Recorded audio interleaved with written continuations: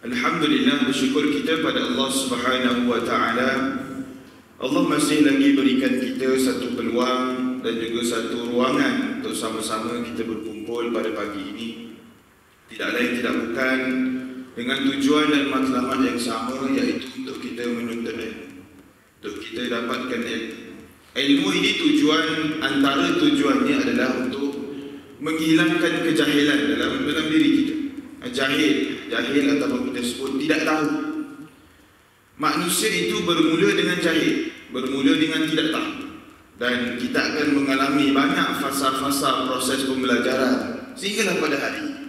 Cuma kaedah pembelajaran itu berbeza-beza. Time kita kecil, time kita baru lahir, kita banyak bergerak mengikut naluri, mengikut apa yang kita nampak, apa yang mak ayah kita buat, adik-beradik kita buat.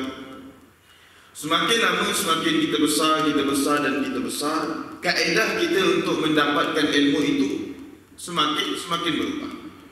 Dan ketika mana biasanya kita mencapai tahap umur akil balik, 15 tahun ke atas dan sebagainya, inilah platform yang terbaik untuk kita gunakan sebagai medium untuk kita dapatkan ilmu adalah dengan kita datang ke majlis ilmu. Kita ada banyak platform, banyak tempat-tempat yang ada untuk kita dapatkan ilmu. Online, offline, fizikal, bermacam-macam kaedah dan cara pada masa sekarang. Tetapi yang paling terbaik, yang paling baik, yang paling banyak kelebihan tempat untuk kita dapatkan ilmu adalah dengan kita datang ke dalam majlis ilmu. Ini berikutan Nabi sebut dalam satu hadis, "Idza marartum bi riyadil jannah farta'u." Qalu wa ma riyadul jannah? Qala hilaqul dzikr atau kama qala Nabi. Nabi mengatakan, ketika mana kamu berjalan di taman-taman syurga, maka berhentilah dan sertailah mereka. Para sahabat bertanya, apakah itu taman-taman syurga, wahai Rasulullah? Nabi bersabda, taman syurga itu merujuk kepada majlis-majlis ilmu yang ada di atas dunia.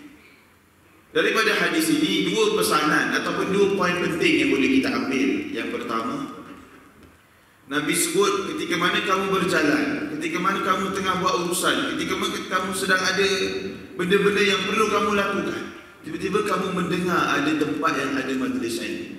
Nabi sebut, tinggalkan segala benda yang kamu buat. Apa yang kamu sedang lakukan, tinggalkan. Sekiranya benda itu tak membawa mudarat. Kalau benda itu memang penting, didahulukan, itu lagi penting. Ini contohnya benda-benda yang hanya minor saja. Tinggalkan perkara tersebut, terus bergegas ke tempat yang ada majlis ilmu. Kerana poin yang kedua, majlis ilmu itu disama tarafkan dengan taman syurga. Kita semua bercita-cita nak masuk ke dalam syurga. Nak masuk ke dalam syurga antara tempat yang ada keindahan dalam syurga ini semua tempat indah. Tetapi ada tempat yang disebut sebagai taman dalam syurga. Jadi taman syurga itu ketika mana kita bercita-cita nak masuk ke dalam syurga, nak merasai taman syurga, ketika inilah media beruangan yang perlu kita selalu melazimi sebelum nak masuk ke dalam tempat yang sama, iaitu taman syurga di atas dunia. Juga disebut dalam hadis yang lain, man salaka tariqan yaltamisu fihi ilma sahhalallahu lahu bihi tariqan ila al-jannah. Barang siapa yang berhempas pulas dalam mendapatkan suatu ilmu, Allah permudahkan jalan baginya untuk masuk ke dalam syurga. Ini satu lagi kelebihan yang besar bagi mereka yang bersungguh-sungguh untuk mendapatkan ilmu. Jadi kelebihan dia apa dia?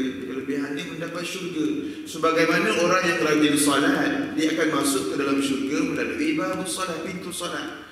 Rajin bersedekah, masuk ke dalam syurga melalui pintu sedekah, babus sadaqah. Rajin berselawat, babus salawat. Ketika mana rajin berpuasa, babur rayyan, pintu orang yang rajin berpuasa. Ketika itulah kita rajin menuntut ilmu, datang ke kuliah, datang ke majlis ilmu, kita juga boleh memasuki ke dalam pintu syurga yang disebut sebagai babul ilm, pintu keilmuan. Ini ruangan, ini khusus bagi mereka yang rajin menuntut ilmu. Cuma bila sebut menuntut ilmu ini, dia ada benda yang perlu kita jaga, iaitu niat kita. Apa niat kita sebenarnya? Sebenarnya apa niat kita datang masjid? Apa niat kita datang ke dalam majlis ilmu? Adakah kita mahu orang sebut, oh ini kaki masjid ni? Kita nak dengar orang sebut macam itu. Adakah kita mahukan benda itu? Ataupun sebenarnya apa niat? Jadi sebab itulah para ulama sentiasa peringatkan kita, sentiasa perbaharui niat kita. Tajdid niat. Itu hadis yang pertama disebut dalam hadis Arba'in Nawawi, innamal a'malu binniyat. Sesungguhnya setiap perbuatan perlu niat. Wa innama likulli imri'in ma nawa. Setiap niat itu perlukan keikhlasan. Buat satu benda kena ada niat. Ketika mana ada niat, niat itu juga perlu diselarikan dengan ikhlas. Iaitu kita buat itu kerana Allah Subhanahu wa taala, tak ada kepentingan lain. Aku datang masjid ni, aku bukan nak jawatan nazir, aku bukan nak jawatan AJK.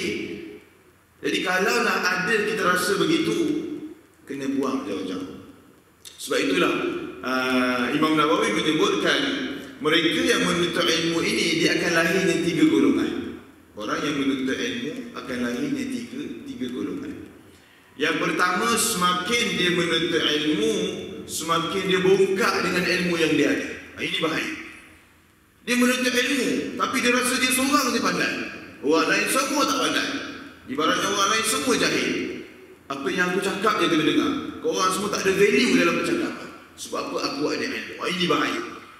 Ketika mana kita menjustifikasikan keilmuan yang kita ada ini, kita adalah the best of the best. Kita adalah orang yang paling terbaik sekali antara semua orang. Ini antara ujian. Ketika mana kita menuntut. Itu pertama. Golongan yang kedua, semakin dia menuntut ilmu, tetapi ilmu itu tidak mendatangkan kesan pada diri dia. Bila kita menuntut ilmu, sepatutnya bila kita menuntut ilmu ini, dia akan meningkatkan keimanan dan ketakwaan kita. Sebab apa? Lebih kita tahu tentang sesuatu perkara, lebih kita faham, lebih kita akan beriman pada Allah, lebih kita akan bertakwa pada Allah. Tetapi kalaulah kita datang menuntut ilmu tapi tak ada apa-apa improvement pun dekat diri kita, tak ada apa-apa penambahbaikan, ini pun satu benda yang bermasalah. Dalam keadaan ilmu itu sifatnya mendidik, mentarbiah, akan mengubah diri kita menjadi yang lebih baik. Dan yang ketiga, semakin dia menuntut ilmu, semakin dia tawadhu, semakin dia merasa rendah diri, semakin dia rasa macam aku tak tahu apa-apa. Makin banyak aku menuntut ilmu, makin ya Allah, kenapa aku rasa makin jahil ni? Kenapa aku rasa makin aku tak tahu apa-apa? Ini antara kesan ketika mana dia ikhlas dalam menuntut ilmu. Allah jaga hati. Yang menjaga hati ni Allah. Allahumma ya muqallibal qulub. Itulah Nabi ajarkan satu doa berkaitan dengan hati. Allahumma ya muqallibal qulub, tsabbit qalbi, tsabbit qulubana ala dinik wa ala ta'at. Allah yang membolak-balikkan hati, tabatkan hati kami pada ketaatan, pada kebenaran. Kena rajin berdoa, mudah-mudahan Allah pelihara hati kita daripada kita terfikir nak buat benda yang buruk, terfikir kita nak buat benda-benda yang tak betul dan sebagainya. Jadi mudah-mudahan kita konsisten dalam kita menuntut ilmu, datang ke majlis ilmu. Realitinya kelemahan itu akan ada. Kelemahan itu akan. Contohnya, ramai saya jumpa golongan-golongan yang dah tak datang satu masjid, dah tak datang satu surau tu. Bila kita tanya kenapa tak datang surau, kenapa tak datang masjid, saya tak suka dah AJK dekat masjid tu. Itu biasa lah. Saya tak suka lah penceramah tu, tak best lah, tak buat lawak. Saya tak suka lah penceramah tu, banyak sangat buat lawak. Buat lawak pun salah, tak buat lawak pun salah. Itulah manusia, dia penuh dengan ragam, penuh dengan, orang kata, penuh dengan PM. Jadi akan ada benda yang mungkin kita tak berkenan, akan ada benda yang mungkin tak selari, tak serasi dengan kita. Jadi ketepikan semua itu, kita datang ke dalam masjid ini untuk kita dapatkan keberkatan dalam majlis ini. Jadi mudah-mudahan semakin kita bersemangat, bermotivasi untuk kita semangat untuk datang ke dalam masjid surau, mendirikan salat fardu 5 waktu sehari semalam, lazimi kuliah-kuliah majlis ilmu dan sebagainya. Jadi insya-Allah pada pagi ini kita akan bincangkan tentang satu tajuk berkaitan dengan kelebihan dalam bulan Rajab. Sekarang ini kita berada dalam satu bulan yang dinamakan bulan Rajab. Jadi bila sebut mengenai bulan Rajab, kita berbagi 20 minit saja lagi. Jadi saya ringkaskan kita punya perbincangan. Bila sebut bulan Rajab, akan ada sebilangan golongan yang akan mengatakan bulan Rajab ni tak ada apa-apa kelebihan. Beramallah macam biasa kamu beramal pada bulan-bulan yang lain. Akan ada bunyi-bunyi, akan ada sebilangan kecil mereka yang akan mengatakan begini dan begitu mengenai bulan Rajab. Apa hujah mereka? Kerana mereka mengatakan kesemua hadis atau majoriti hadis yang berkaitan dengan kelebihan bulan Rajab, kebiasaannya hadis yang lemah, hadis dhaif, hadis yang terlampau lemah, asyaddud dhaif, ataupun hadis yang palsu, hadis maudhu'. Jadi mereka berhujah menggunakan ini untuk menolak tidak ada kelebihan pada bulan Rajab. Bulan Rajab ni sama macam bulan Rabiul Awal, Jamadil Awal. Mereka mengatakan begitu. Jadi apa stand kita? Stand kita boleh menerima sebahagian daripada dakwaan tadi. Betul. Kebanyakan hadis yang menceritakan kelebihan pada bulan Rajab, kebanyakannya hadis yang lemah. Ada hadis yang terlampau lemah, ada hadis yang palsu. Apa hadis palsu? Contohnya Nabi sebut dalam satu hadis, barang siapa yang peringatkan saudaranya mengenai masuknya satu Rajab, nescaya api neraka tidak akan sentuh tubuh badannya. Amboi, mudah betul. Kawan-kawan kita, besok satu Rajab, confirm api neraka tak kena dia. Mudah betul nak masuk syurga macam tu. Jadi ini sebenarnya antara ciri-ciri hadis palsu, ketika mana ganjaran dia tidak equivalent dengan amalan. Dia tidak, orang kata, selari dengan amalan dan juga ganjaran. Ini antara ciri-ciri hadis palsu. Bayangkan kita ingatkan je kawan kita masuk satu Rajab, tak buat apa pun, ingatkan, terlepas terus daripada api neraka. Mudah sangat kalau macam tu. Ini antara ciri-ciri hadis palsu. Tapi bukanlah konsep ketika mana ganjaran tidak equivalent dengan sesuatu amalan itu, menunjukkan semua amalan itu boleh jadi palsu, hadis itu boleh jadi palsu. Tidak semua.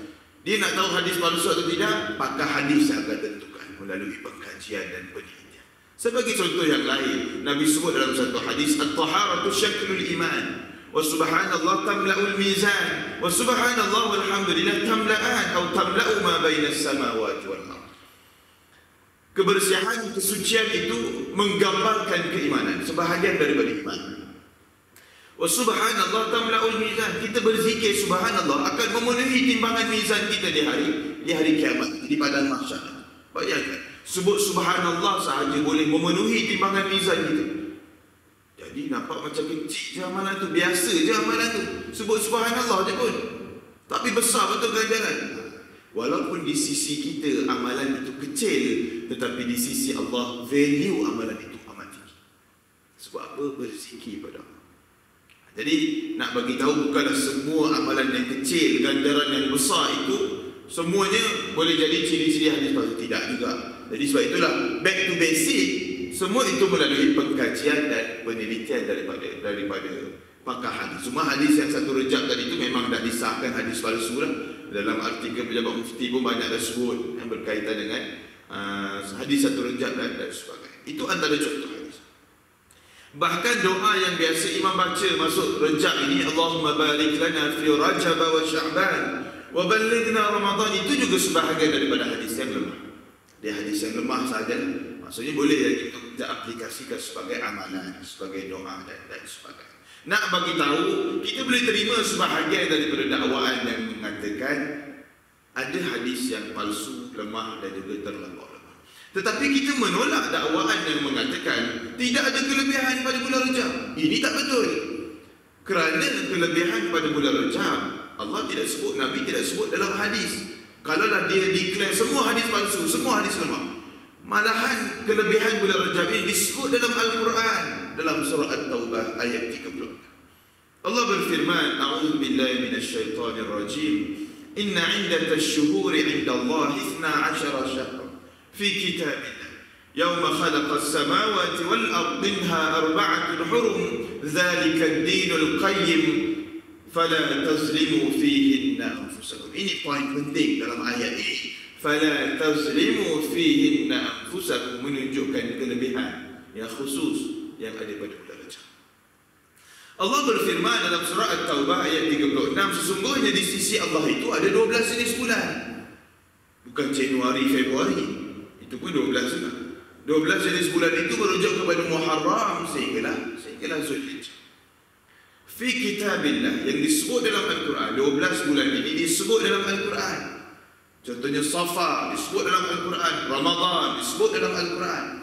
Tetapi ada juga bulan yang tak disebut secara direct. Maksudnya apa? Dalam tafsiran ada, Tapi dalam ayat secara direct boleh jadi tak ada. Maksudnya fi kitabillah 12 bulan yang disebut dalam Al-Quran boleh jadi secara langsung direct ataupun secara tidak langsung indirect, maksudnya dalam tafsiran. Yauma khalaqas samawati wal ard. Bulan-bulan Islam ini keberadaannya telah lama ada ketika mana penciptaan langit dan bumi. Ini satu poin penting untuk kita faham. Bulan Islam ni bukan time hijrah Nabi je baru ada, tidak. Time hijrah Nabi baru di-apply bulan itu. Bulan keberadaan bulan-bulan Islam ini sebenarnya lama dah ada. Bahkan menjangkaui lagi sebelum bulan-bulan Masihi. Kalau kita sebut bulan Masihi itu ketika mana? Zaman Sayyidina Isa alaihissalam. Bulan Islam awal lagi. Allah sebut ketika mana penciptaan langit dan bumi, bulan Islam dah ada dah. Nak bagi tahu awal dah ada bulan Islam ni. Muharram sampai Zulhijjah ni dah lama ada. Cuma pengaplikasian dia dalam kehidupan kita, dalam negara kita agak kurang dominan berbanding kalender Masihi. Realitinya kita menggunakan kalender Masihi. Bila mana masuk hari-hari kebesaran Islam, baru kita menggunakan kalender hijrah, kalender Islam. Jadi bagaimana sebenarnya kita nak perkasakan bulan Islam dalam kehidupan kita? Tak payah cerita dalam negara lah, dalam kehidupan kita. Bagaimana? Tanya diri kita, kita sekarang ni umur kita berapa dalam bulan Islam? Itu kena tanya dulu. Nak tahu kita ni perkasakan ataupun tidak bulan-bulan Islam dalam kehidupan kita. Tanya diri kita, kita lahir dalam bulan Islam bila, umur sekarang dalam bulan Islam ini. Itu cukup nak bagi tahu kita ini perkasakan ataupun tidak bulan-bulan Islam. Nak bagi tahu, kita kena ada satu inisiatif untuk perkasakan bulan Islam dalam diri. Kenapa penting bulan Islam?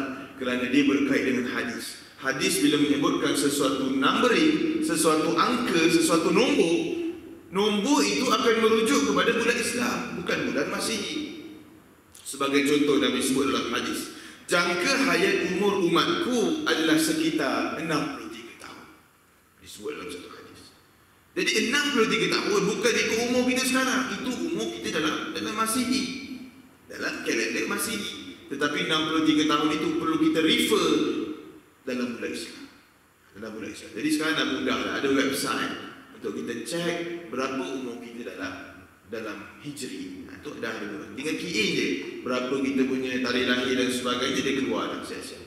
Dah mudah lah zaman sekarang. Jadi cuba kita ambil tahu dan cakna berkaitan dengan bulan Islam, khusus di dalam diri kita dan juga kehidupan kita. Dan yang paling penting sekali Allah sebut minha arba'atul hurum. Daripada 12 bulan di sisi Allah itu ada 4 bulan yang dikenali sebagai Al-Hurum. Al-Hurum ini dua maksud. Yang pertama diharamkan oleh Allah. Yang kedua disucikan oleh Allah. Allah beri kelebihan, Allah beri penghormatan yang lebih berbanding bulan-bulan yang lain.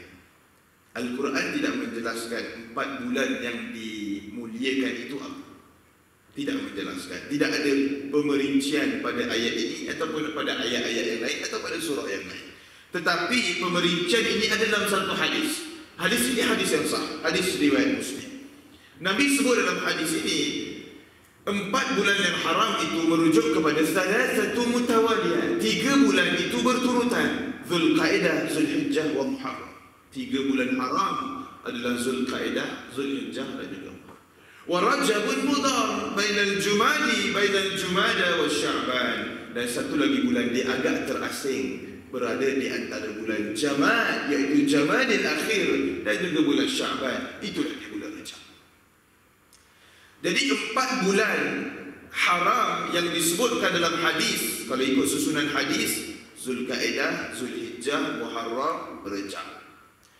Dan kalau ikut susunan takwim hijrah, Muharram yang pertama lah, sebab dia bulan yang pertama. Muharram, Rajab, Zulqaidah, Zulhijjah. Ini 4 bulan yang haram. Daripada 12 bulan yang ada di sisi Allah Subhanahu wa taala, Allah sebut 4 bulan ini disebut sebagai 4 bulan yang haram. Apa yang dimaksudkan dengan haram? Yang pertama, diharamkan oleh Allah. Kenapa diharamkan oleh Allah? Pada 4 bulan ini diharamkan berlakunya peperangan. Saya mudahkan cerita, diharam berlakunya peperangan. Maksudnya 4 bulan ini umat Islam tak boleh mulakan peperangan. Sekiranya diserang, baru boleh serang balas. Ini cerita mulakan peperangan. Cuma dia ada perbincangan lain lah, dia melibatkan ayat nasakh mansukh dan sebagainya. Itu bab lain. Yang kedua adalah berkaitan dengan maksud yang kedua, al-haram adalah disucikan. Allah beri penghormatan yang lebih berbanding bulan-bulan yang lain. Adalah 4 bulan ini berkait dengan Baitullah Ka'bah. Dia berkait dengan ibadah haji dan juga ibadah umrah. Bulan Rajab adalah bulan kebiasaannya Nabi dan para sahabat pergi melakukan ibadah umrah. Bulan Zulkaidah sebulan sebelum bulan haji. Bulan Zulhijjah bulan haji. Bulan Muharram sebulan selepas bulan haji. Jadi 4 bulan ini dia berkait dengan ibadah haji dan umrah. Dia berkait dengan Baitullah Ka'bah. Itulah kemuliaan, kesucian, penghormatan yang ada pada 4 bulan ini. Dia berkait dengan satu rukun dalam rukun Islam yang terakhir, iaitu melakukan ibadah haji ataupun melakukan ibadah umrah. Dan secara spesifiknya dalam bulan Rajab, dia bila sebut 12 bulan Islam ni bermula Muharram, setiap bulan dia ada sebab-sebab penamaan. Ini disebut dalam tafsir Ibnu Katsir. Setiap bulan dia ada sebab-sebab penamaan. Dia kenapa dinamakan Muharram sebagai Muharram? Dia adalah bulan haram yang pertama. Tadi ada 4 bulan haram. Jadi dalam kalender Islam, bulan haram yang pertama Muharram. Kenapa disebut bulan Safar sebagai Safar? Kerana Safar itu Safar, sifar, kosong. Kenapa kosong? Kerana kebiasaannya para sahabat keluar berperang pada bulan Safar. Jadi kosongnya rumah-rumah mereka daripada lelaki-lelaki yang keluar pergi berperang. Kenapa dinamakan Rabi'? Rabi'ul Awal, Rabi'ul Akhir. Rabi' ini musim bunga disebut dalam bahasa Melayu. Rabi'ul Awal bunga fasa pertama, Rabi'ul Akhir bunga fasa kedua. Kenapa disebut musim bunga? Kerana sahabat yang keluar pergi berperang tadi dah pulang kembali ke rumah masing-masing. Berbunga-bunga, ceria rumah tadi dengan kepulangan suami-suami mereka yang keluar berperang. Dan dalam pendapat yang kedua, kenapa disebut Rabi'? Kerana sahabat yang keluar berperang tadi yang tidak kembali ke rumah, mereka syahid di medan peperangan. Mereka telah berjumpa satu tempat yang penuh dengan bunga-bungaan, penuh dengan keamanan, kedamaian, iaitu dibangkitkan bersama Allah Subhanahu wa taala, golongan para syuhada. Itu antara sebab-sebab kenapa. Begitu juga Rajab. Kenapa dinamakan Rajab sebagai Rajab? Rajab membawa maksud keagungan, membawa maksud kebesaran. Apa yang agung, apa yang besar dalam bulan Rajab berlakunya satu peristiwa yang paling besar dalam sejarah umat Islam, iaitu Isra' dan juga Mi'raj. Jumhur ataupun majoriti ulama menyebutkan tarikh Isra' dan Mi'raj 27 Rajab. Bila sebut tarikh ini biasalah akan berbeza-beza pendapat. Jadi kita ambil majoriti yang menyebutkan 27 Rajab. Isra' dan Mi'raj. Di mana Isra' dan Mi'raj ini satu peristiwa, satu perjalanan di mana kita tak boleh nak menggunakan logika akal untuk memahami Isra' dan Mi'raj. Kita tak boleh nak menggunakan konsep saintifik dalam memahami Isra' dan Mi'raj. Ini satu tamparan yang hebat kepada golongan musyrikin pada waktu itu. Semua benda nak berfikir dengan logika akal. Jadi Allah datangkan satu perjalanan Isra' dan Mi'raj, di mana Isra' dan Mi'raj ini dua benda yang berbeza. Isra' disebut dalam surah Isra' ayat pertama, subhanallazi asra bi'abdihi, Nabi diperjalankan daripada Masjidil Haram ke Masjidil Aqsa. Mi'raj, Nabi dinaikkan daripada Masjidil Aqsa ke Sidratul Muntaha. Disebut dalam surah An-Najm, Mi'raj dalam surah An-Najm, Isra' dalam surah Al-Isra'. Jadi dua ini dua yang berbeza tetapi dia berturutan. Jadi Isra' Mi'raj ini panjanglah pula ceritanya. Dia nak bagi tahu resolusi yang penting daripada peristiwa Isra' dan Mi'raj. Dapatan yang penting daripada Isra' dan Mi'raj apa dia? Pensyariatan salat. Itu yang penting. Kita salat 5 waktu sehari semalam. Kita salat ini sebenarnya hasil daripada peristiwa Isra' dan Mi'raj yang berada pada bulan Rajab. Itu hebatnya salat kita ini. Salat kita ini bukan semata-mata turun melalui wahyu, tetapi direct Nabi berjumpa dengan Allah Subhanahu. Jadi sebab itulah salat itu menjadi as-salatu imaduddin. Salat itu menjadi tunjang, menjadi tiang kepada agama kita. Itu dapatan yang penting daripada Isra' dan Mi'raj. Itu antara bulan kelebihan pada bulan Rajab lah adanya Isra' dan Mi'raj. Jadi kesimpulan pada pembahagian bulan ini terbahagi kepada 3. Yang pertama, bulan yang paling mulia sekali adalah bulan Ramadan. Ramadan tetap paling mulia. Kerana syahrul Ramadan alladzi unzila fihi al-Quran. Quran diturunkan pada bulan Ramadan, menjadikan Ramadan bulan paling mulia sekali. Bahagian yang kedua adalah bulan haram, iaitu bulan Muharram, Rajab, Zulkaidah, Zulhijjah. Kerana Allah yang sebut bulan ini, Allah beri penghormatan yang lebih berbanding bulan-bulan yang lain. Dan yang ketiga, ranking yang ketiga, bulan yang tidak ada kelebihan secara umum. Contohnya Safar, contohnya Rabiul Awal, Rabiul Akhir, dan juga Syaban, dan juga bulan-bulan yang tidak ada kelebihan. Selain daripada 5, selain daripada Ramadan, Muharram, Rajab, Zulkaidah, Zulhijjah, itulah bulan-bulan yang berbaki, tidak ada kelebihan secara umum. Bila mana tidak ada kelebihan secara umum, bukanlah kita boleh tinggalkan, abaikan saja, tidak. Kadang-kadang tidak ada kelebihan secara umum, tetapi dia ada kelebihan by day, by hari. Contohnya bulan Syaban, dia ada nisfu Syaban, itu bulan hari yang mulia. Contohnya bulan Rabiul Awal, umumnya bulan itu tidak mulia, tetapi ada 12 Rabiul Awal, kelahiran Rasulullah. Jadi ada selected days yang mulia dalam bulan yang mungkin tidak ada kelebihan secara.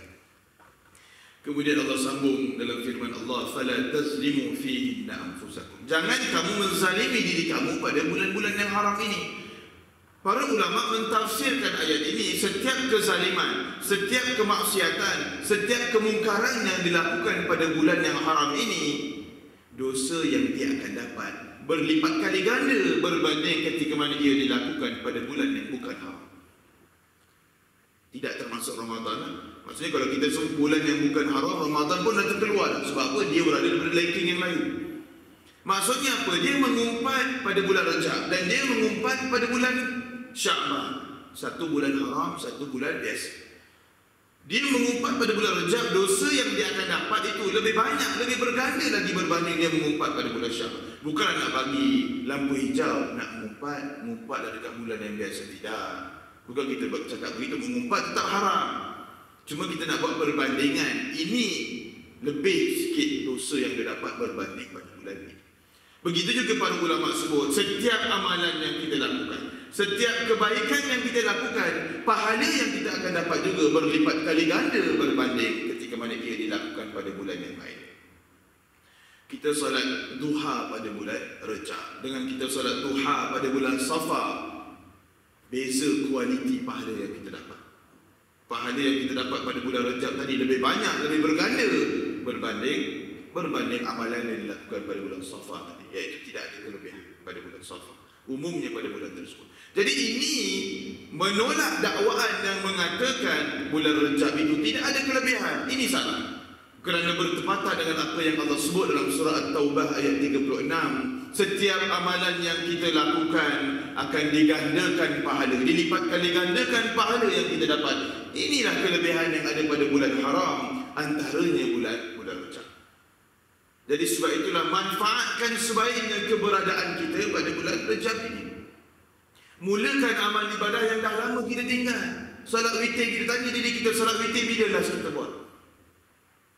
Ke last witir Ramadan tahun lepas. Itu pun sebab Imam tarawih tu buat witir. Kalau imam tarawih tak buat witir, sampai ke sudah tak buat. Jadi jangan tunggu imam tarawih. Kita kena ada inisiatif sendiri untuk solat witir. Begitu juga amalan yang lain, solat tahajud, solat duha, solat isyraq, solat awabin, itu solat sunat. Solat rawatib. Mulakan diri kita dengan al-maktubah. Nabi sebut dalam hadis, mulakan amalan dalam diri kita ini dengan amalan yang fardu, diikuti dengan an-nawafil, an-nafil, iaitu dengan amalan yang sunnah. Nak bagi tahu kepada kita, buat benda sunat dulu, buat benda fardu dulu, baru buat benda sunat. Sebab apa? Ada sebilangan kita yang kadang-kadang terlampau semangat buat benda sunat, tetapi benda fardu kecundahan.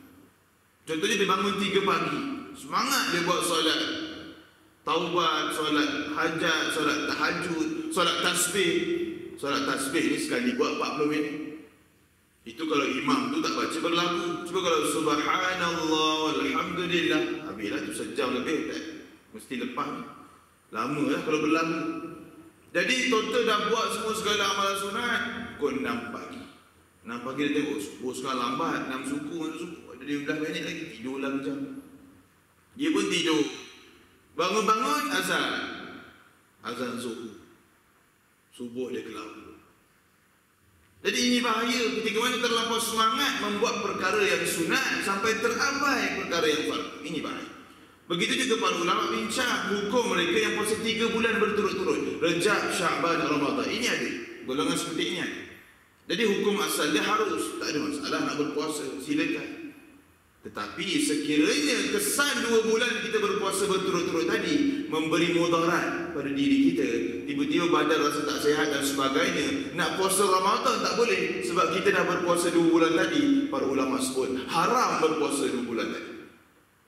Nak bagi tahu kita perlu utamakan benda yang fardu, barulah datangnya benda yang sunat.